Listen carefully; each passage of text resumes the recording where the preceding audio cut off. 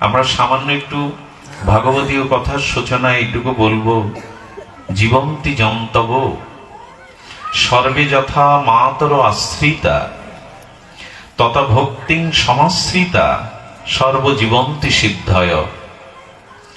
শব্দগুলোর দিকে আমরা একটু লক্ষ্য দেব, একটু ধ্যান দেব। দেখুন, প্রসবের পরেই, ভূমিষ্ঠের পরেই হতভাগা সন্তান যদি মাকে হারিয়ে বসে, মাতৃ বিয়োগ হয়, সেই সন্তান ধীরে ধীরে তার জীবন যাপনে, তার ভবিষ্যৎ, কল্যাণকারী ভবিষ্যতের জন্য বেড়ে ওঠাটা ব্যাহত হয়, হয় কিনা? মা যদি প্রসবের পরেই সন্তান মাতৃহারা হয়, সেই মাতৃহারা সন্তানের বেড়ে ওঠা, তার স্বাভাবিক জীবন অনেক ব্যাহত হয়, প্রায়শ তারা মানুষ হতে পারে না। পিতা মারা গেলে মা জীবনের সর্বস্ব অর্পণ করে ভিখারিণী হয়েও সন্তানকে প্রতিপালন করার চেষ্টা করে। পিতার পক্ষে এটা খুব বেশি সম্ভব নয়। তেমনি যার জীবনে জননী স্বরূপ ভগবানে, ঈশ্বরে ভক্তি নেই, সে অনাথের মতো সন্তান, তার জীবনে বেড়ে ওঠাটাও খুব কষ্ট হয়ে ওঠে। স্রষ্টার আনুগত্য, ভগবানের ভক্তি, ভগবানের প্রতি যার আনুগত্য নেই, ভগবানকে যার জীবনে লক্ষ্য নয়, তার জীবনে মাতৃহারা সন্তানের মতো প্রতি বিঘ্নিত হয়ে তার জীবন প্রয়াস মঙ্গলময় হয় না। আমরা এটুকু সকলে জানি, মৃত সন্তান, পিতার 3টি সন্তানের মধ্যে যে সন্তানটি বিবাহ না করেই মারা গেল, সংসার বিস্তার না করে মারা গেল, সেই মৃত সন্তান কি পিতৃ সম্পদের অধিকারী হয়? আমাদের সংবিধানে আছে কি যে সন্তানটি মারা গেল সে পিতৃ সম্পদের অধিকারী নয়? তেমনি যার জীবনে ভগবানের প্রতি শ্রদ্ধা, আনুগত্য, ভজন বা ভগবত ভক্তি নাই, এক কথায় তিনি নিঃশ্বাস প্রশ্বাস নিলেও আধ্যাত্মিক জগতে ভগবত দৃষ্টিতে তিনি বেঁচে থেকেও মৃত, জীবন মৃত। মৃত সন্তান যেমন পিতৃ সম্পদের, সম্পত্তির অধিকারী নয়, তেমনি ভগবানের ভজন এই বিশ্ব সংসারে এসে, এই জগৎ সংসারে এসে স্রষ্টা বা ঈশ্বরের আনুগত্য ভজন যিনি করেন না, তিনি জীবদ্দশাতেই মৃত, তাকে জীবন মৃত বলা হয়। তিনিও ভগবানের কৃপার অধিকারী নন। লক্ষ্য করবেন, কোন গাভীমা তার বৎস বাছুরকে প্রসব করার পরে কয়েকটি দৃশ্য আমাদের চোখের সামনে ভাসে। কি দেখেন? কোন গাভীমা তার বাছুরটা, বৎসটা প্রসব করার সাথে সাথে তার স্নেহটা এত প্রবল হয়ে ওঠে, তিনি ওই বাছুরের গায়ে যত ময়লা লালা লেগে থাকে, লালাতে ধুলি মেঘে থাকে, সবগুলো চেটে চেটে এমন করে উনি খেয়ে ফেলেন গাভীমা।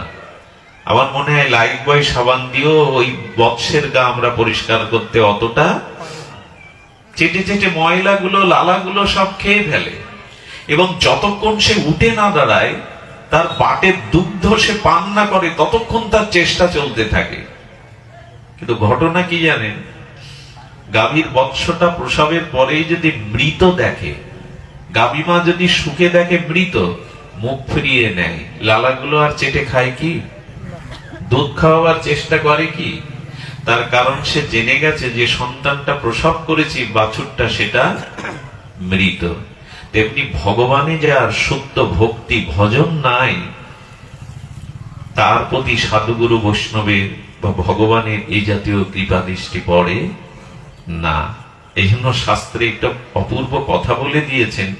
দেখুন, যে জাতি ধর্ম নির্বিশেষে, যে জাতিরই হোক, যে ধর্মেরই হোক, সে যদি তার স্রষ্টাকে, ঈশ্বরকে ভক্তি না করে, ভজন না করে, তার আনুগত্য না নেয়, তবে একরকম তিনি মৃত, একরকম তিনি মৃত। এই জন্য শাস্ত্রে বলেছে বিষ্ণু ভক্তি বিহীনী নাং। শব্দগুলোর দিকে ধ্যান দিন, আমরা ভালো একটা পরিবেশ পেয়েছি। এখানে এসে এখন মনে হচ্ছে এদের জীবন, এদের চেষ্টা, এদের সকল নরনারীর অন্তরের স্নিগ্ধতা আজ ধন্য হলো, সার্থক হলো। আমার স্যার বলছিলেন, মাস্টারজি এখানে যে একটা সুন্দর পরিবেশের বাতাবরণ এরা সৃষ্টি করেছে। আচ্ছা দেখুন, আজ এই পূজা উপলক্ষে ওরা যদি যাত্রা গান দিত, গানের কনসার্ট দিত, এখন এখানে যে বাতাসটা, পরিবেশটা বিরাজ করছে, এটা কি সম্ভব ছিল? এখানে অনেক নারী, নরনারী আছেন, এখন অনেক প্রাণী আমরা এখানে আছি, জীবসত্তায় আছি। আমাদের ভিতরে এখন কোনো অশুভ চিন্তা, অমঙ্গল আসবার কোনো অবসর নাই। তার কারণ হলো, যেখানে ঈশ্বরের গুণকীর্তন হয়, যেখানে শাস্ত্রের দিব্য বাণী আলোচনা হয়, যেখানে শুদ্ধ ভগবানের ভক্তগণ একত্রিত হন, পৃথিবীর সব থেকে নিরাপদ, সব থেকে সুন্দর, সব থেকে স্নিগ্ধ মঙ্গলময় জায়গা সেটাই হয়ে ওঠে। যেখানে ভক্তগণ কর্তৃক ভগবানের গুণকীর্তন হয়, স্রষ্টার গুণকীর্তন করে, সেখানে বাতাবরণটাই এত পবিত্র হয়, এর মধ্যে এখন যারা ঢুকবে তারা অসৎ চিন্তা করবার ক্ষমতা হারিয়ে ফেলবে। এই জন্য এদের চরণে বারবার প্রণাম জানাই আমরা। এরা এমন একটা সিদ্ধান্ত নিয়েছে, যে সিদ্ধান্তটা পরম চরম সিদ্ধান্ত। জাগতিক হই হুল্লোড়, গান বাজনা, আত্মীয় স্বজন, খাওয়া দাওয়া, এতে দুদিন হয়তো বাহ্যিক আনন্দ হয়, কিন্তু সমাজের কোনো কল্যাণ, মানুষের বিবেকের কোনো চেতনার কোনো কল্যাণ এতে হয় কিনা সন্দেহ আছে। ধর্মটা উৎসবমুখী। প্রত্যেক জাতির মধ্যে ধর্মের উৎসব আছে, দেখবেন প্রত্যেকের ধর্মের ভিতরে একটা মিলন মেলা, একটা উৎসব আছে। কেন? উৎসব না হলে ধর্ম বেঁচে থাকে না। উৎসব না হলে একতা, মিলন, পরস্পর ভাব বিনিময় হয় না। এখানে যে আমরা একত্রিত হয়েছি, এরা যে এমন একটা যজ্ঞের ব্রতী হয়েছে, এখানে সকলের সাথে, প্রতিবেশীর সাথে, স্বজাতির সাথে এখানে প্রসাদ বিতরণ হবে, এখানে মাল্যদান হবে, চন্দন চর্চিত হবে, ভগবানের গুণকীর্তন হবে। এই সম্বন্ধকে কেন্দ্র করে যারা এখানে আসবে, এই জাতির এখানে ভগবানের সেবা, প্রসাদ বিতরণ, হরিনাম, হরি কথা, আর একে কেন্দ্র করে যারা এখানে আসবে, তাদের মনের ভিতরে একটা পবিত্র, স্নিগ্ধ, শুদ্ধ ভাব জাগবে। এই উৎসব যেখানে নাই, সেখানে ধর্ম একরকম শুকিয়ে যাওয়া নদীর মতো। নদী যখন মরে যায়, শুকিয়ে যায়, জলস্রোতটা সরু হয়ে যায়, সে নদী মরা নদী। তেমন যে জাতির মধ্যে উৎসব নেই, ভগবত অনুষ্ঠান নেই, সে জাতি একরকম মৃত প্রায়, মৃত নদীর মতো। তাই প্রত্যেক ধর্মের মধ্যে, প্রত্যেক জাতির মধ্যে সৎ মানুষকে একত্রিত করে স্রষ্টা বা ঈশ্বরের গুণকীর্তনের একটা উৎসবের কথা বলা আছে। আজকে এরা সেই সৌভাগ্যের অধিকারী। উৎসব ছাড়া ধর্মের প্রচার প্রসার হবে না। ঘরে বসে একা ধর্ম করলে নিজের উদ্ধার হবে বটে, তাদের জাতি, মানুষের, সমাজের কোনো কল্যাণ হবে না। আজ এরা সেই কাজেই ব্রতী। এই দাসপাড়াকে আমরা কি দিয়ে স্তুতি করব?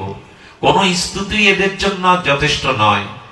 তবে নিবেদন করব, এই বৃহত্তম কার্য করতে গিয়ে যেন দলাদলি, রেশারেশি, নিজেদের মধ্যে বিভাজন সৃষ্টি না হয়।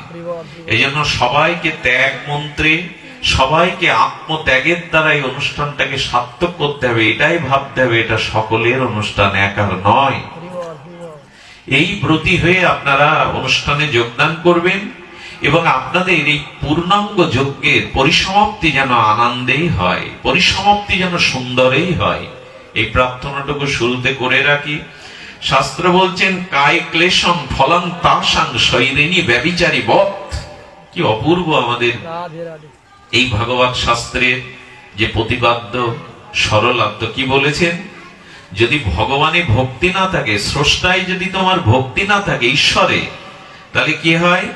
সমস্ত শাস্ত্র মেনে, সমস্ত বিধি মেনে তুমি যে পূজা পার্বণ ধর্মকর্ম করলে, সৌত স্মত্ত যা ক্রিয়া, বেদ অনুযায়ী, শাস্ত্র অনুযায়ী, পুরোহিত ডেকে সদাচারে তুমি যা কিছু করলে, কিন্তু তাতে যদি ভক্তিযুক্ত না হয়, শ্রদ্ধাযুক্ত না হয়, তবে সেটা কি হয়? শৈরিণী ব্যভিচারী বৎ।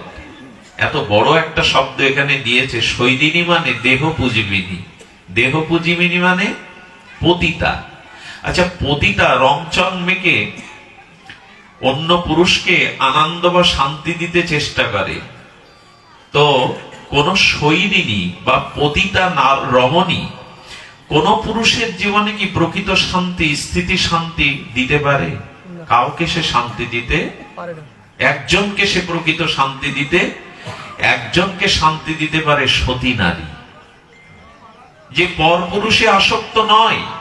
স্বামী যেমনই হোক তাকেই বরণ করে, যে তার সেবায় যে নিজেকে সমর্পণ করেছে, যে বহুগামী, বহু পুরুষে আসক্ত, সে নিজেও শান্তি পায় না, অন্যকেও শান্তি দিতে, পতিকেও শান্তি দিতে পারে না। যে এক পতিকে অন্য পুরুষ থেকে বিমুখ হয়ে এক পতিকেই সেবা করে, ভালোবাসে, সেই সতী, সে কুস্ত্রী হোক, গুণহীন হোক, কিন্তু ওই গুণের দ্বারা সে নিজেও জীবনে শান্তি পায়, পরকালেও শান্তি পায়, স্বামীকে সুখ দিতে পারে। তো যার জীবনে ভগবানে ভক্তি নেই, সে ওই অতিভ্রষ্ট রমণীর মতো, সে নিজেও শান্তি পায় না, জগৎকেও শান্তি দিতে সাইরেনি ব্যভিচারী বৎ। ভগবানে ভক্তি না থাকলে সে নিজের জীবনেও শান্তি দিতে পারবে না, সমাজ সংসার কিন্তু নয়। এই জন্য প্রত্যেক ধর্মেরই এক মূল মন্ত্র, স্রষ্টার প্রতি আনুগত্য নাও, ভগবানকে ভালোবাসো। আচ্ছা, ভগবানকে ভালো না বাসলে ক্ষতি কি হবে? বললো আমরা দুই শ্রেণীতে ভাগ হয়ে যাব। আচ্ছা, যারা ভগবানের ভজন করে, যারা ভক্তির পথে এসেছে, আর যারা ভগবানের ভজন করে না, বিষয় কাম কামন কোন নিয়ে বেঁচে আছে, ভোগের জন্য বেঁচে আছে, এই দুই শ্রেণীকে একভূত করা যাবে, একগোত্র করা যাবে? একটু কথা বলুন। যিনি সদাচার সম্পন্ন হয়ে ভগবানের ভজন করছেন, অপরকে পীড়া দেয় না, অপরকে কষ্ট দেয় না, অপরের অধিকার বঞ্চিত করে না, যার মধ্যে দৈন্যতা আছে, যার মধ্যে সরলতা আছে, যার মধ্যে অন্যের প্রতি কৃপা, দয়া, এগুলি আছে, যিনি ঈশ্বরের ভজন করেন তাকে, আর যার ভিতরে দয়া নেই, কপটতা, ছল চাতুরি, অন্যকে কষ্ট দিয়ে নিজে সুখী হতে চায়, ভগবানকে মানে না, ভজন করেন, এই দুটো শ্রেণী কি এক? কথা বলুন একটু, এক কি হবে? শাস্ত্র হরিভক্তি বিলাসে এদের দুই ভাগে ভাগ করা হয়েছে, অপূর্ব। ভগবানই এদের ভাগ করেছেন দৌ ভূত সঙ্গ। কি বলছেন? দৌ ভূত সঙ্গ লোকহস্মিন দৈব আসুর এবচ। দুটো ভাগ করেছেন, একটা হলো আসুরিক দলের লোক, আর একটা হলো দৈব প্রকৃতির লোক। আছে কি না? প্রত্যেক ধর্মের মধ্যে দুটো ভাগ আছে। আসুর প্রকৃতি মানে শয়তান প্রকৃতির লোক, আর একটা হলো দৈব। আমরা কোন কোন মানুষের গুণ দেখে মাঝে মাঝে বলি উনি দেবতার মতো। মুসলিমরাও যার ভিতরে দয়া, করুণা, ঈশ্বরের আনুগত্য আছে, তাকে বলি এরা ফেরেশতার মতো, বলে কিনা? তার মানে মানুষের মধ্যে দুটি ভাগ আছে, দুটি শ্রেণী আছে। একটা হলো দৈব প্রকৃতির মানুষ, আর একটা হলো আসরিক ভাবের। এটা আমার মধ্যেও খুঁজে পাওয়া যায়। আমি যদি একটু নিজের দিকে তাকাই, আমার কাম ক্রোধ লোভে যখন দয়াহীন মাইন হয়ে পিতা মাতাকে শ্রদ্ধা করি না, গুরুজনকে শ্রদ্ধা করি না, কাম ক্রোধ লোভে ভেসে যায়, তখন আমি অসুর রই। অসুর মানে দুটো শিং আছে আকাশ থেকে বেরোয় এরকম না। যার ভিতরে কাম ক্রোধ লোভ ভোগ লালসা পরপীড়ন এইগুলি আছে, তারাই বড় বড় অসুর। অসুর মানে আবার ভাববেন না আকাশ থেকে আসবে, মাটি পুড়ে বেরোবে, দুটো শিং হবে মাথায়, এইসব না। মানুষের মধ্যেই সুর আর কবিও এটা বলেছেন, মানুষের মধ্যেই সুর আর অসুর। অর্থাৎ এই মানুষের মধ্যে দুটি ভাগ আছে।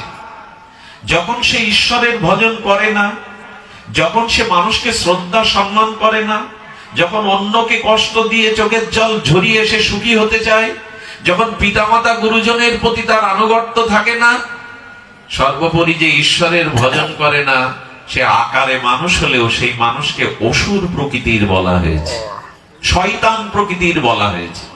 তাহলে দুটো ভাগ হলো কিনা? এখন আমাদের নিজের দিকে তাকাতে হবে, আমরা কোন দলে?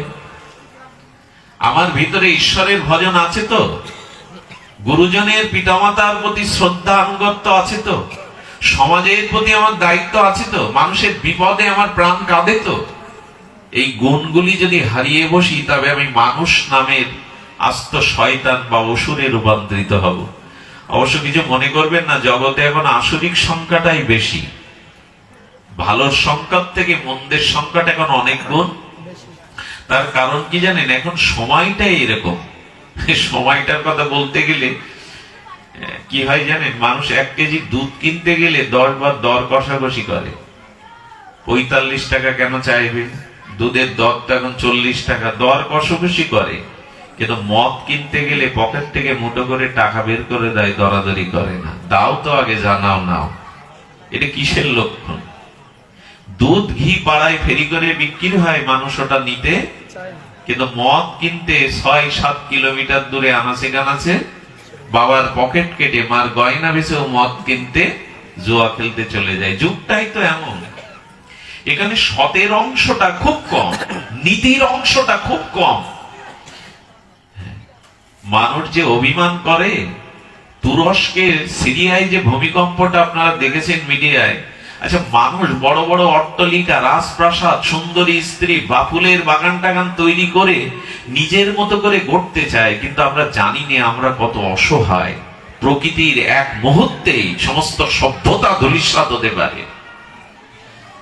আমার মনে হয় মৃতের সংখ্যাটা এখন গণনা করা সম্ভব নয়। পুরো শহরটাই বিধ্বস্ত হয়ে মাটিতে মিশে গেছে।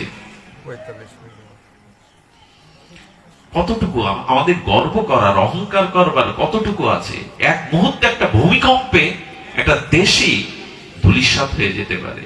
যেন আমাদের গর্ব সাজে না, আমাদের অহংকার সাজে না। তাই বলছেন বিষ্ণু ভক্তি পরা দৈব, যারা ভগবানের ভজন করেন এরা দৈব প্রকৃতির লোক। যাদের ভিতরে দয়া, মায়া, করুণা গুণ আছে, সদ্গুণ, এরাই দৈব প্রকৃতির লোক, এরাই ফেরেশতা প্রকৃতির লোক। আর যাদের ভিতরে ভগবানের ভজন নেই, ঈশ্বরের আনুগত্য নেই, যারা শুধু রূপ যৌবন ভোগ বিলাস এইগুলি করতে এসে তারা আসরিক প্রকৃতির লোক। দিবিদা সৃষ্টি বিধিবিতে আছে। আমি আপনাদের যে কথাটা, প্রসঙ্গটা বলতে চেয়েছি, এই জন্য ভক্তি সম্বন্ধ বর্জিত, ভগবানের ভজন সাধন ব্যতীত এই জগতে আসুর প্রকৃতির সংখ্যা দিন দিন অনেকটা বেড়ে চলেছে। যে কারণে আজ মানুষের পারিবারিক জীবনে, ব্যক্তি জীবনে, রাষ্ট্র জীবনে, বিশ্ব জীবনে শান্তির বড় অভাব। তার গোড়াতেই হলো আমরা স্রষ্টাকে যথাযথ ভজন করি না। আচ্ছা, পৃথিবীর সমস্ত বিদ্যুৎ দিয়ে রাতের অন্ধকার দূর করা যাবে যদি সূর্য না ওঠে? একটা কথা যদি প্রশ্ন করি আপনাদের কাছে, পৃথিবীর সমস্ত আলো দিয়ে পৃথিবীর অন্ধকার দূর করা যাবে সূর্য উদয় না হলে? এবং যার জীবনে ঈশ্বরের ভক্তি ভজন নেই, তার জীবনের আধারও অন্য চেষ্টায় দূর হওয়া সম্ভব নয়। যার ভিতরে ঈশ্বরের ভজন নেই, সাধন নেই, সে সমস্ত চেষ্টা করলেও তার মনের অন্ধকার দূর করা, সূর্য ওঠা লাগবে, সূর্যের উদয় লাগবে আধার দূর হতে গেলে। দেখুন এখানে যে লাইটটা জ্বালানো হয়েছে, ওর গোড়াতেই অন্ধকার। আরে ও আলো দূর করছে বটে, ও অন্ধকার দূর করছে বটে, কিন্তু ওর গোড়াতেই প্রদীপ জ্বাললে প্রদীপের পাদস্থলে দেখবেন অন্ধকার দূর হবে কি করে? সূর্যের উদয় দরকার, মানুষের জীবনে ভগবানের ভজন দরকার, ভক্তি দরকার, তাহলেই তার অন্ধকার দূর হবে। আচ্ছা, এই ভগবানের ভক্তি করতে গেলে অনেকেই মনে করে আমার অনেক যোগ্যতা দরকার, অনেক গুণ দরকার। আমি নিচু কুলে জন্মেছি, আমার বিদ্যা নেই, আমার রূপ নেই, আমার টাকা নেই, আমার দ্বারা ভজন হবে ভগবানের? এই প্রশ্ন অনেকের মনে জাগে। আমার তো অর্থ নেই, আমার ভালো বিদ্যা নেই, আমি নিচু কুলে জন্মেছি। আমি আমাদের বাসুদেব এখানে আছে, আমাদের বুধাটা দাসপাড়ার অন্যতম বৈষ্ণব, তিনি দৈন্য প্রধান বৈষ্ণব। তার পায়ে মাঝে মাঝে আমরা প্রণামও করি দূর থেকে, ও তো প্রণাম নেবে না, এত বড় দৈন্য প্রধান। তার কারণ বিদেশে কিছু সংস্থা আমাদের বাংলাদেশে এসে, বিশেষ করে ইউরোপিয়ান কান্ট্রির কিছু খ্রিস্টানরা এই দেশে এসে তারা টাকার নাম করে, জমির নাম করে, সেবার নাম করে আমাদেরই সনাতন ধর্মের অংশ, আমাদের এই দাস সম্প্রদায়কে অনেকেই তারা গ্রাস করেছে। যারা অর্থের লোভে, যারা সুযোগ সুবিধার লোভে সেই প্রীতি পুরুষের ধর্ম ত্যাগ করে, এরা যথাযথ ধর্মের প্রতি, জাতির প্রতি বিশ্বাসঘাতকতা করে। এরা নিজের পিতামাতাকে কোনো কিছুর বিনিময়ে ত্যাগ করা যায়, নিজের ধর্মকে ত্যাগ করা যায়। যারা এটা করে জানতে হবে তারা ধর্মের প্রতি শ্রদ্ধাশীল নয়। তাদের জীবনে অনেকগুলো স্বধর্মে নিধনং শ্রেয় পরধর্ম তোমার ধর্মেও যদি অল্পতা থাকে, দোষও থাকে, আর পরধর্মে যদি অনেক সুবিধা থাকে, তুমি নিজ ধর্ম কখনো ত্যাগ করবে। যদি এই ধর্ম থেকে নিধন হও, এই ধর্মে প্রাণত্যাগ হয়, তবু ধর্মকে জড়িয়ে ধরে রাখো, তাহলে পরকালে গতি পাবে। ধর্মকে কোনোদিন ত্যাগ করো না, নিজের অস্তিত্ব এটা বিলীন করো না। আমার বাসুদেব বা তাদের মতো অনেক ছেলেই সেদিন এই প্রলোভনের হাত থেকে অনেককেই রক্ষা করেছে। আমাদের এই গ্রামের আশুদা, আমি অনেককেই নাম নিতে পারি, কিন্তু একজনের নাম নিয়ে আপনাদের, আশুদা, তিনি মাথায় এখন শিকা রেখেছেন, দাদার সঙ্গে তিলক নিয়েছেন, ভগবানকে একটু নিরামিষ রেঁধে ভোগ দিয়ে পান। বিশ্ববিখ্যাত পাবন পদরেণু বৈষ্ণব সেবার মূর্তিমন্ত বিগ্রহ কেশিঘাটস্থিত মুরারি মোহন দাস বাবাজির দীক্ষা শিক্ষা নিয়ে তিনি শ্যামসুন্দর বাবার আশ্রিত হয়ে এই পথেই এসেছেন। তাকে আমরা আমাদের প্রাণের ভাই মনে করে, তার গ্রামবাসী যারা আমাদের বুধাটা দাদা শিবকালী মন্দিরে যায়, তাদের অনুরোধ করতাম আমরা, গান বাজনা হই হুল্লোড় না করে একটু ধর্মীয় অনুষ্ঠান দাও, আলোচনা সভা দাও। হিন্দু ধর্মের মধ্যে পূজা পার্বণ, ঢাক ঢোল মাইক পিটিয়ে নাচ গান অনেক হয়েছে, এ জাতির কতটা উপকার হয়েছে জানি না। পূজা করুন, আনন্দ উৎসব করুন, কিন্তু ধর্মকে না জানলে, শাস্ত্রকে না জানলে, আমাদের বিধিবিধান না জানলে আমরা খুব বেশি এগিয়ে যেতে পারবো না। ওরা সেই কথাটাই রেখেছে। বারবার ওদের প্রতি আমাদের মাথা নত হয়ে আসছে শ্রদ্ধায়, যে ওরা আজ একটা মাঙ্গলিক এমন একটি সুমঙ্গল অনুষ্ঠানের আয়োজন করে আমাদেরকে কিনেই নিয়েছে। তারা নিজের ধর্মেই থাকুন, নিজের ধর্মের স্বল্পতা থাকলেও তাকে ত্যাগ করবার বাসনা যেন কোনো প্রলোভনে কখনো না আসে। হিন্দু ধর্মের সব থেকে ব্যর্থতা একটাই, ক্রমান্বয়ে যেটুকু বয়স হয়েছে এই ক্ষুদ্র জীবনে দেখেছি, হিন্দুদের বিত্ত আছে, অর্থ আছে, সম্পদ আছে, শিক্ষা আছে, কিন্তু এদের জীবন একটা কারণে অনেকটা পিছিয়ে, সেটা হলো এদের ভিতরে একতা নেই, মিল নাই। জাতিভেদ, ও নিচ ও ছোট, আমি উপরের ও নিচের, ও সম্প্রদায়ের সাথে মিশা যাবে না, এই বিষ বাষ্প অভিশাপটা হিন্দু ধর্মকে অনেক ক্ষতি করেছে। আচ্ছা, একটা কিছু প্রাণী ক্ষতি করছে ফসলের, আপনি তাকে তাড়াবেন, একটা ইট বা পাথরের কণা হাতে নিয়েছেন, ওই হাতে নিয়ে পাথরের কণা, ইষ্টকের যে কণাটা, ওইটা এক আঙুল দিয়ে ছুঁড়ে মারা যাবে? এক আঙুল দিয়ে ছুঁড়ে মারা যাবে? আচ্ছা, এই আঙুলটা ছোট হলে মাঝখানের এক আঙুল দিয়ে কোনো পাথর ছোড়া যাবে? কিন্তু 5টা আঙুল যদি একসাথে ইটটা ধরেন, পাথরটা ধরেন, তখন ছুঁড়ে মারা যাবে কিনা? শত্রুকে পিছিয়ে দেওয়া যাবে কিনা? একই হাতের 5টা আঙুল, কিন্তু একটা আঙুল দিয়ে কোনো বস্তু ছুঁড়ে কাউকে আপনি নিয়ন্ত্রণ করতে পারবে না। পুরো 5টা আঙুল দিয়ে একটা ইট ধরুন। তেমন সমাজে যখন সকলে একত্রিত থাকে, তখনই এদের সুরক্ষা থাকে, তখনই প্রকৃত এরা বেঁচে থাকে। খন্ড খন্ড একাত দ্বারা সমাজ গড়া, হিন্দুদের মধ্যে সব আছে, নেই শুধু মিলন, নেই শুধু এদের একত্ব বোধ, এদের জাতি, এদের বিদ্যা, এদের গর্ব করার মতো শিক্ষা, ইতিহাস, ঐতিহ্য সব আছে, কিন্তু হিন্দুদের মধ্যে আজ মিলন নাই। স্বামী প্রণবানন্দ যোগাচার্য তিনি বলেছিলেন, হিন্দুর শিব মন্দির আছে, কালী মন্দির আছে, কৃষ্ণ মন্দির আছে, হরিচাঁদ ঠাকুরের মন্দির আছে, ঠাকুর অনুকূল চন্দ্রের সৎসঙ্গ মন্দির আছে, থাকুক, কিন্তু এমন একটা মন্দির তৈরি করো যেখানে কালী ভক্ত বলবে না আমি কৃষ্ণ মন্দিরে যাবে না, যেখানে কৃষ্ণ ভক্ত বলবে না আমি ওই মন্দিরে যাবে না। সেই মন্দিরে কোনো দেবতার ছবি রাখার দরকার নেই, সেই মন্দিরে গীতা থাকুক, উপনিষদ থাকুক, বেদ থাকুক, ভাগবত থাকুক, আর সেখানে সবাই যাও, মন্দিরটার নাম দাও মিলন মন্দির, হিন্দু মিলন মন্দির। কালী মন্দির, দুর্গা মন্দির নয়, এই মন্দিরটার নাম দাও মিলন মন্দির, যেখানে সব শ্রেণীর, সব মতের মানুষগুলো এক জায়গায় বসতে পারে। এই কথা আমাদের কানে ঢোকেনি, যোগাচার্য স্বামী প্রণবানন্দের এই বাণী আমাদের কানে ঢোকেনি। হিন্দু জাতি সংগঠক তিনি বলেছিলেন, এই শিব কল্প অবতার, হিন্দুরা এক হও। এই বাণী আজ পাথরে, পাহাড়ে একটা মাটির ঢেলা ছোড়ার মতো, ঢেলাটাই ভেঙে যাবে। এ কথা বলে আজ লাভ নেই। আমরা পৃথিবীতে যত জাতি আছে, গবেষণায় বলছেন হিন্দু জাতি সব থেকে স্বজাতি বিদ্বেষী। কথাটা হয়তো আপনাদের মনে আঘাত আনতে পারে, কিন্তু এটা প্র্যাকটিক্যাল সত্য, এটা ঐতিহাসিক সত্য। একজন হিন্দুর ক্ষতির পিছনে একজন অহিন্দু দায়ী না, একজন হিন্দুই সব থেকে বড় দায়ী। একজন হিন্দুর সর্বনাশের জন্য অহিন্দু দায়ী না,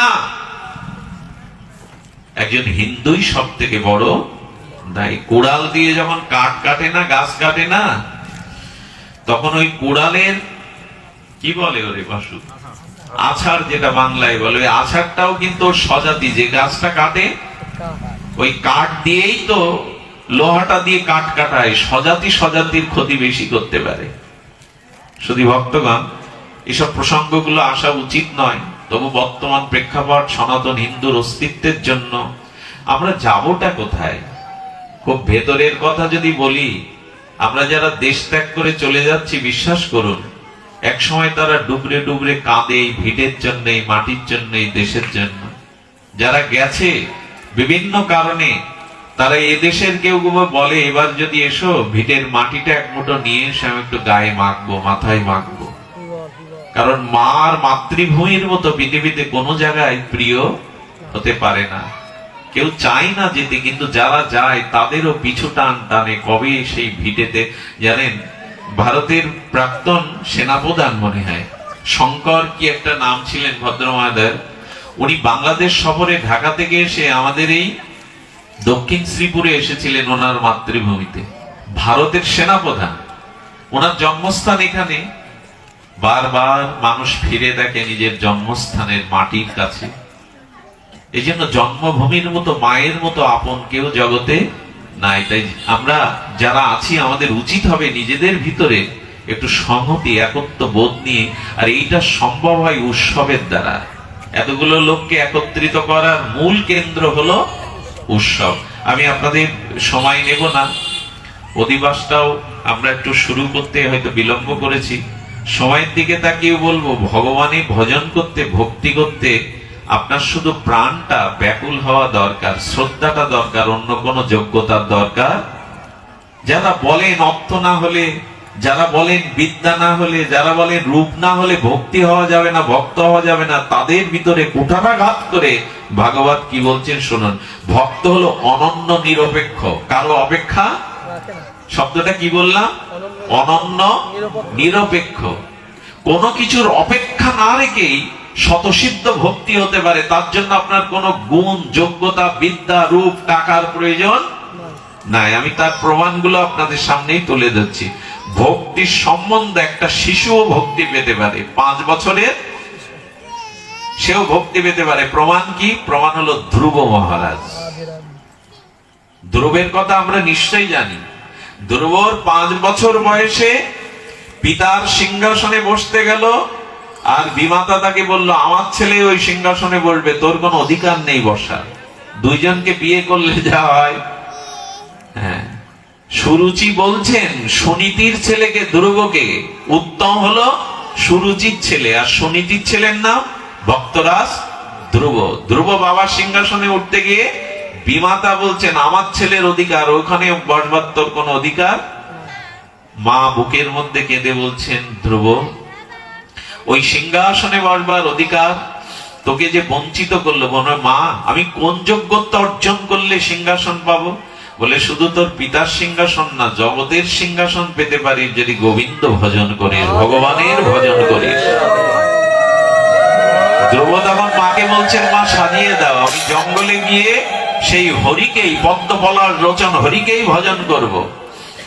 যখন বেরোচ্ছে তখন উত্থানপাত। ধ্রুবের পিতা বলছেন, এতটুকু বাচ্চা, ওর বিমাতার আর এই মনোকষ্টে ছেড়ে যাবে। বলছেন, খোকা আমি তোকে রাজ্যের অর্ধেক দিয়ে দিচ্ছি, তুই বনবাসে যাস না। ধ্রুব তখন মনে মনে বলছেন, যার ভজন করব সংকল্প করে এখনো ঘরের বাইরে যায়নি, তাতে অর্ধেক রাজত্ব, তাহলে তার ভজন করলে কি পাওয়া যায়? ধ্রুবকে ওর বাবা বলছেন, আমি তোকে সিংহাসন দিচ্ছি, তুই বন গেলে তোর বাঘ সিংহ খেয়ে ফেলবে, খোকা যাস না। বললেন, ভজন না করেই যদি পুরো রাজ্য পাওয়া যায়, তাহলে ভজন করলে না জানি কাকে পাওয়া যায়। ধ্রুব জঙ্গলে এলো, বাঘকে দেখেও কাঁদছে আর বলছে, তুমি কি আমার সেই হরি বলে দিতে পারো? এই ব্যাকুল হয়ে এক পায়ে দাঁড়িয়ে ধ্রুব ভগবানকে ডাকলে ভগবানকে পেল। তাহলে বয়স কি লাগে ভগবান পেতে ব্যাকুলতা হলে? ধ্রুবের কি বয়স, 5 বছরেই ভগবান পেল শিশু হয়েও। আচ্ছা, কেউ যদি বলে আমি লেখাপড়া জানি না, সংস্কৃতি পাঠ করতে জানি না, তো আমি কি করে গীতা পাঠ করব, ভাগবত পাঠ করব, আমার ভক্তি কি করে হবে? অনেকেই তো আমরা সংস্কৃতি জানি না, লেখাপড়াও জানি না। তখন বললেন বিদ্যাও লাগে না, যদি শ্রদ্ধা থাকে আর ভগবানকে ডাকতে পারো, তাহলে বিদ্যা বিহীনও তুমি ভক্তি লাভ করতে পারো। তার দৃষ্টান্ত হলো গজেন্দ্র। একটা হস্তি তার স্ত্রী পুত্রকে নিয়ে জঙ্গলের ভিতরে একটা সরোবরে স্নান করতে এসেছিল। স্নান করা অবস্থায় যখন কুমির এসে তার পায়ে ধরলো, জলে কুমির শক্তিমান না হাতি শক্তিমান? কুমির। কুমির যখন তার পা ধরে টেনে নিয়ে যাচ্ছে, প্রথমে সেই স্ত্রী পুত্রকে বলছে তোমরা আমাকে বাঁচাও, আমি তো তোমাদেরই। আমার পুত্র আমার স্ত্রী অন্য হাতিরা দেখলো, জলে নেমে টানাটানি করলো কিছুক্ষণ, কিন্তু দেখলো সন্ধ্যা হয়ে আসছে, এখন যদি জলে থাকি তাহলে আমরাও। আস্তে আস্তে তারা নিজে বাঁচবার জন্য চলে গেল। ভাগবত বলছে ওই দেখো, যতদিন সাত্য দিতে পারবে ততদিন স্ত্রী পুত্র তোমার পেছনে আছে। সাত্য না দিতে পারলে একটা সময় তোমাকে ওরা আর মনে সুখ দাও, ভালোবাসা দাও, তখনই ওরা মনে রাখবে। না দিতে পারলে ওরা তোমায় মনে রাখবে না। তো গজেন্দ্র ভাবলো স্ত্রী পুত্র বিদায় নিয়েছে, এখন বাঁচবার একটাই উপায়, যদি ভগবানকে ডেকে দেখি যদি তিনি আমাকে রক্ষা করেন। গজেন্দ্র সুর উঁচু করে, একটা পদ্ম ফুল ছিল সরোবরে, ওইটা ছিঁড়ে নিয়ে সুর উঁচু করে জাগলে হে বিশ্ববিদাতা করুণাময়, তুমি আমাকে রক্ষা করো। ভগবান গরুরের পিঠে আসছিলেন, কিন্তু বিলম্ব হচ্ছে দেখে গরুরের পিঠ থেকে ভগবান ঝাঁপ দিয়ে আর সুদর্শন চক্র দিয়ে কুমিরটাকে বধ করে গজেন্দ্রকে উদ্ধার করলেন। আমার প্রশ্ন, উনি কি কোনো বিদ্যা জানতেন? হাতি। এই জগতে যারা আকাট মূর্খ তাদের আমরা একটা ভাষায় গালি দিই, হস্তি মূর্খ। এর মাথা বড় কিন্তু এর কোনো বিদ্যা নেই। তাহলে আপনার স্তূপ স্তুতি জানা লাগে না, বিদ্যা জানা লাগে না, সরল প্রাণী যদি ভগবানকে ডাকা যায়। ভগবান বিদ্যাহীন হলেও গজেন্দ্রকে উদ্ধার করেছিলেন। কত দৃষ্টান্ত আমাদের শাস্ত্রে দিয়েছেন, ওগো একটু ডাকো তাকে, একটু ভক্তি শ্রদ্ধাটা তাকে দাও। এখানে বিদ্যার প্রয়োজন নেই। আর কি বলেছেন? কেউ কেউ বলে না ভাগবত পাঠ করতে গেলে, কীর্তন করতে গেলে একটু ভালো রূপ চেহারা লাগে। রূপের এখানে কোনো গর্ব, ভক্তিতে রূপের কোনো গর্ব নাই। তার দৃষ্টান্ত হলো কুবজা। কুবজার কথা মনে আছে? পিঠে 3-3টে বড় পুজো, কুচ্ছিত দেখতে, যাকে দেখলে উপহাস করত, লোক থুতু ফেলাতো। সেই কুবজা প্রতিদিন কংসের দরবারে কংসকে একটু ফুল চন্দন দিতে যেত। ভগবান শ্রীকৃষ্ণ সখাদের নিয়ে যখন দ্বারকায় এসেছিলেন, দ্বারকায় তো বড় বড় বিল্ডিং, ফুলের বাগান নেই, চন্দন নেই, ফুল নেই। সখারা বলছে ভাই কানাই, এখানে আমাদের ভালো লাগছে না। দেখুন, গ্রাম থেকে মানুষ যখন শহরে যায় তখন 2-4 দিন ভালো লাগে, রোড ঘাট, বিল্ডিং, বাড়ি, গাড়ি ঘোড়া। কিন্তু গ্রামের মানুষ বেশি দিন শহরে থাকলে ওখানে আর মন। গ্রাম আর শহরের পার্থক্য কি জানেন? শহরের মানুষ রোদ্দুরে পুড়ছে, তবু রাস্তাঘাটে কৃষি কামারে খেতে গান গায়। সমস্ত কষ্ট। শহরের মানুষ রাস্তায় দাঁড়িয়ে ওভাবে গান গাওয়া। গ্রাম এখনো আমাদের সভ্যতা বাঁচিয়ে রেখেছে জানেন। হয়তো সভ্যতার বিকাশ, আধুনিকতার বিকাশ শহরে এসেছে, কিন্তু এখনো প্রাণ ফিরে পাওয়া যায় গ্রামে। এখনো গ্রামের মধ্যে প্রাণ আছে। আচ্ছা, শহরের কেন্দ্রটা দেখুন, এক ফ্ল্যাটে 25টা ঘর বাস করে। পাশের দেয়ালের পাশে কারা বাস করে এটা শহরের ফ্ল্যাটের মানুষ খোঁজ খবর রাখে না। কিন্তু গ্রামের মানুষ এখনো বলে দিতে পারে পশ্চিম পাড়ায় কার বাড়ি কোথায়, পশ্চিম পাড়াতে কার বাড়ি, এ পরিচয় গ্রামের মানুষ রাখে। গ্রামের মানুষের হৃদয়ে এখনো কিছুটা হলেও, যদিও সব নষ্ট হতে বসেছে, তবু এখনো কিছুটা দরদ, বিপদে এগিয়ে যাওয়া, এগুলি আছে। এই জন্য গ্রাম প্রধানই হলো আমাদের অস্তিত্ব। তো এখানে বলছেন যে আপনি, ওরা তো গেছে, আর দ্বারকায় গেছে, মথুরায় গেছে। তো কৃষ্ণ বলছেন কুবজাকে মালা চন্দন নিতে দেখে, হে সুন্দরী, আমাদের একটু ফুল চন্দন দেবে? কুবজার চোখে প্রথম জল। পৃথিবীতে কেউ আমাকে মধুর কণ্ঠে উপহাস বাদে সুন্দরী বলে ডাকলো। পেছনে একটু উঁচু হয়ে দেখে গোবিন্দ অর্থাৎ সকারা তাকে সুন্দরী বলে ডাকছে। দেবে আমাদের একটু ফুল চন্দন দাও না। ভগবান চেয়ে নিচ্ছেন। ওই ফুল চন্দন মাখিয়ে দিলে গোবিন্দ পিঠে হাত দিয়ে বললেন, এবার আমার দিকে চাও সুন্দরী। সেই কুজোও চলে গেল। আর অপরূপ সুন্দরী রূপ নিয়ে গোবিন্দের মধুর পানে দিয়ে কেঁদে ফেলেছে, প্রভু কেউ তো এমন করে আমাকে সুন্দর করেনি। কি রূপ লাগবে ভক্তি পেতে। এই জন্য বলছে রূপহীন হলেও তুমি, কুরূপ হলেও কুবজা পেল। আচ্ছা, কেউ বলে টাকা না হলে কিন্তু ভক্তি হবে।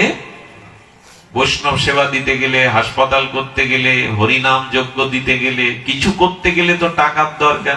টাকা ছাড়া কি ভক্তি হয়? বলো হয়। সুদামার কি টাকা ছিল? সুদামার স্ত্রীর কাপড়টাও ছেঁড়া, তালি দিয়ে দিয়ে পড়ে। আর সুদামা ভিক্ষা করে যা পায় 2-5 বাড়ি, তাই মাঝে মাঝে 4টে সন্তান, কখনো কখনো হাড়ি জ্বলে না, না খেয়ে থাকে। সেই সুদামাও গোবিন্দকে পেলে। অর্থ লাগে ভালোবাসা থাকলে। সেই সুদামাকে গোবিন্দ রাজাধিরাজ করে দিয়েছিলেন, রাজাধিরাজ করে দিয়েছিলেন। তাই আমার অর্থ নেই, আমার ভক্তি হবে কি করে, কথা বলার অপেক্ষা এই প্রমাণে থাকলো না। অর্থ না থাকলেও ভগবানকে ডাকো, তাহলে সব পেয়ে যাবে। আচ্ছা, বংশ গৌরব। কেউ কেউ বলে আমি উচ্চ কুলে জন্মেছি, নিচু কুলে। এই বিশেষ করে যে পাড়ায় আমরা এসছি, আপনারাও কখনো নিজেদেরকে নিচ, ছোট এরকম ভাববেন না। ভগবান এটা বলেনি, শাস্ত্র এটা বলেনি। মানুষ ছোট হয়, নিচ হয়, বিচার হয় তার কর্মের দ্বারা। সে যদি হীন কর্ম করে, নিষিদ্ধ কর্ম করে, সেই প্রকৃত নিচ। যে ভজে সেই শ্রেষ্ঠ, যে ভগবানের ভজন করে সেই শ্রেষ্ঠ, যে ভজে না সেই নিকৃষ্ট। মুচি হয়ে সূচি হয় যদি কৃষ্ণ ভজে, সে সূচি হয় যদি ভগবানের ভজন করে। তার ভিতরে গুণাবলী থাকে। তাই বংশের গৌরব, উচ্চ কুলের গৌরব না থাকলেও, নিচু কুলে জন্মালেও তার ভক্তি হবে। তার প্রমাণ বিদুর। বিদুর দাসীর ছেলে, দাসীপুত্র বিদুর। তার মতো ভগবানের শুদ্ধ ভক্ত জগতে বিরল। দাসীপুত্র বিদুর, সে ভগবানের পরম ভক্ত। তাই দয়া করে নিজেদেরকে ছোট ভাববেন না। কর্মের কারণেই মানুষের ছোট বড় বিচার হয়, ব্যবহারের কারণেই মানুষের ছোট বড় বিচার হয়। ভগবান শ্রীকৃষ্ণ রাজসূয় যজ্ঞ করেছিলেন, সেই যজ্ঞে দেবতা মনি ঋষিরাও এসেছিল, স্বয়ং কৃষ্ণ যজ্ঞেশ্বরও ছিল। তবু পঞ্চপাণ্ডব বললেন, ভগবান আপনি বলেছিলেন সাধু বৈষ্ণব সেবা হলে স্বর্গের ঘন্টার ধ্বনি আমরা এখান থেকে শুনতে পাবো, ঘন্টা তো বাজলো না। কৃষ্ণ বললেন, আমি ছিলাম এই যজ্ঞে, দেবতারাও ছিল, মনি ঋষিও ছিল, কিন্তু প্রকৃত বৈষ্ণব সেবা এখানে হয়নি। অনেকেই আছে কিন্তু প্রকৃত নিষ্কিঞ্চন শুদ্ধ বৈষ্ণবের সেবা হয়নি। সেদিন কাকে ডেকে যজ্ঞ পূর্ণ করা হয়েছিল? রোহিদাসকে। সে আপনাদের স্বজাতিই ছিল। পূর্ব জন্মে, তার অতীত 10 জন্মে সে ব্রাহ্মণ ছিল, কোন একটা অপরাধের কারণে এই জাতিতে। কিন্তু ভক্তি তো নষ্ট হয়নি। এই যে 2 ঘন্টা বসে আপনারা হরি কীর্তন ভগবত পাঠ শুনছেন না, আপনার জীবনের সব সম্পদ নষ্ট হয়ে গেলে এই সম্পদটা আগামী জন্মে আপনার সাথে যাবে। কেমন জানেন? যে বাংলাদেশে 500 টাকা 1000 টাকা নোট নিয়ে আপনি বর্ডার ক্রস করে যদি এই টাকা না ভাঙিয়ে, ইন্ডিয়ান রুপি না করে খরচ করতে যান, ওই টাকা চলবে ইন্ডিয়ায়? তো কথা বলুন। আপনি 500-1000 টাকা নোট নিয়ে ভাঙিয়ে নেননি, ইন্ডিয়ান টাকায় রূপান্তরিত করেননি, ওই টাকাতে কিছু কিনতে গেলে দেবে আপনারে? দেবে না। ও তো টাকা।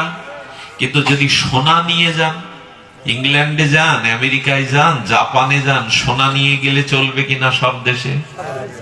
আমার বলবার অভিপ্রায় হলো এই জগতের টাকা পয়সা ক্ষমতা এই জগতেই চলে, মরার পরে ওই জগতে এগুলো অচল। কিন্তু সোনা যেমন সব দেশে চলে, তেমন এই সোনাটা হলো ভগবানের ভজন, ভগবানের নাম, ভগবানের গুণগাথা। এই সোনা যদি কারো কাছে থাকে, ওটা পরকালে তার সাথে যাবে। ধর্মই কেবল, ভগবানের ভজন কেবল পরকালে আপনার সাথে। ওইখানের ব্যাংক ব্যালেন্স এইটাই, এই যেটা করছেন হরিকথা, হরিনাম, সাধুসঙ্গ, পরকালের ব্যাংক ব্যালেন্স ওটা। এখানের ব্যাংক ব্যালেন্স মরার সাথে সাথে ছেলেরা তফসিল অফিসে গিয়ে বলবে, বাবার নাম কেটে আমার নাম বসানো, বাবা মারা গেছে, সম্পত্তি আমার। মানুষের এইটুকু আমরা চেতনা নাই যে পরকালে আমার সাথেটা।